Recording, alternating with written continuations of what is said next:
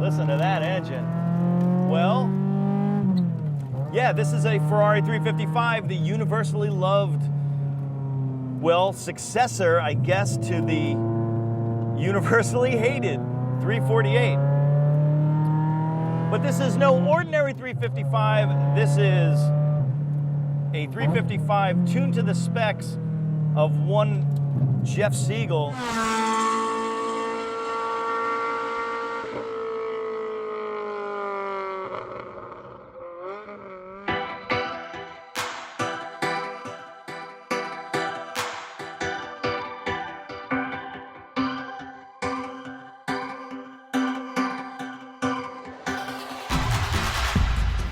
Hot rodding a Ferrari isn't for everyone's tax bracket. It certainly isn't for mine, but to paraphrase Ferris Bueller, if you have the means, I highly recommend it.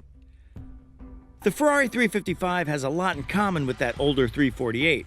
It's got the same structure, a stress-bearing shell, and tubular rear subframe with unequal length double wishbones at all four corners. Even though it was the last V8 Ferrari built under Enzo Ferrari's watch, the following Ferrari boss, Luca di Montezemolo, famously said, "This is not a Ferrari." And when the 360 came out a couple of years later, he also famously said, "We will never make another mistake like the 348." However, he kind of forgot that through the years, the 348 had been improved a lot. After racing the 348 in the very first Ferrari Challenge Series, engineers took what they learned on the track and updated the geometry for the 355. It completely changed its character and saved the reputation of the V8 Ferrari. This 355 belongs to Jeff Segal, class winner at the 24 Hours of Daytona and Le Mans and ex-Ferrari Challenge racer. So when he hatched a plan to tune it, he looked to the 355 Challenge race car for inspiration. So yeah, this is basically a stock 355. It's been tuned by Jeff Segal and his team, a guy that can really read the mechanicals.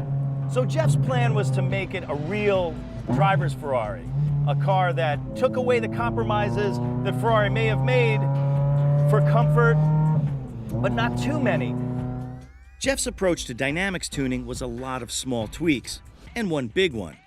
These are Michelin racing spec rain tires, which on dry pavement actually do the opposite from what engineers intended.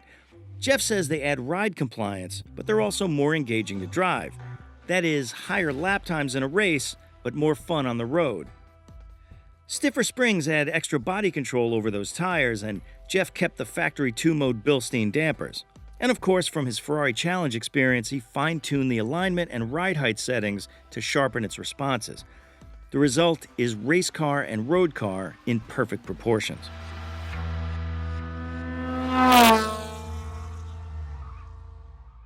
Now the 355 already had good steering, but this is a little bit quicker. This is a quicker rack, and it adds just that much more crispness. As a car from its era, you can feel everything that's going on at any moment, what the rear is doing, what the front is doing. Oh, listen to that. That exhaust is not stock. In fact, it's a lot like the exhaust you'd find in the Challenge cars. The 355 Challenge was the customer racing version of the road version of the regular 355, which has this 3.5-liter 5-valve, which is one of the best sounding engines I think has ever been made in the world. Probably at least V8s, maybe not all the V12s, but it is definitely mechanical music. Oh, that I just can't get enough of. That 3.5-liter V8 has 8 individual throttle bodies and revs to 8,500 RPM. Through a custom exhaust, it's 385 horsepower and around 270 pounds-feet. That doesn't sound like a lot, but in this car, it's enough. It's flexible, and it just rips.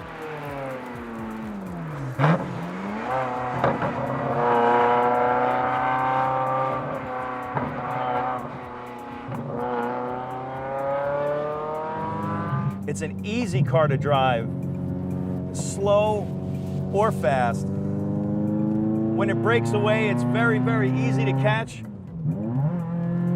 And then, oh, there's that sound. It doesn't have a ton of power, but it has just the right amount of power and the right kind of power. It's that megaphone-shaped torque curve that we all love about naturally aspirated engines.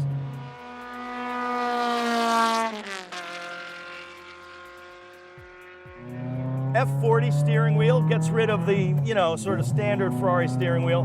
Beautiful felt interior out of the F40. Let's say if you had an F40 and you needed to re-outfit the interior, he found that guy and got this felt from there. It's really, really special feeling interior. The F40 was a total Enzo car, and Enzo picked this out. I know he had a hand in picking this perfect felt.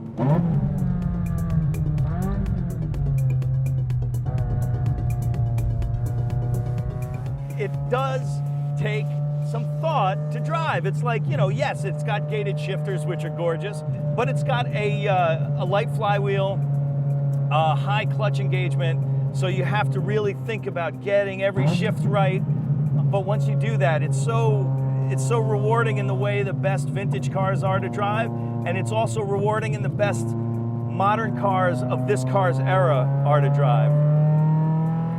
Jeff says the goal of the 355 Modificata was to deliver joy to the driver in every circumstance. I think he did it.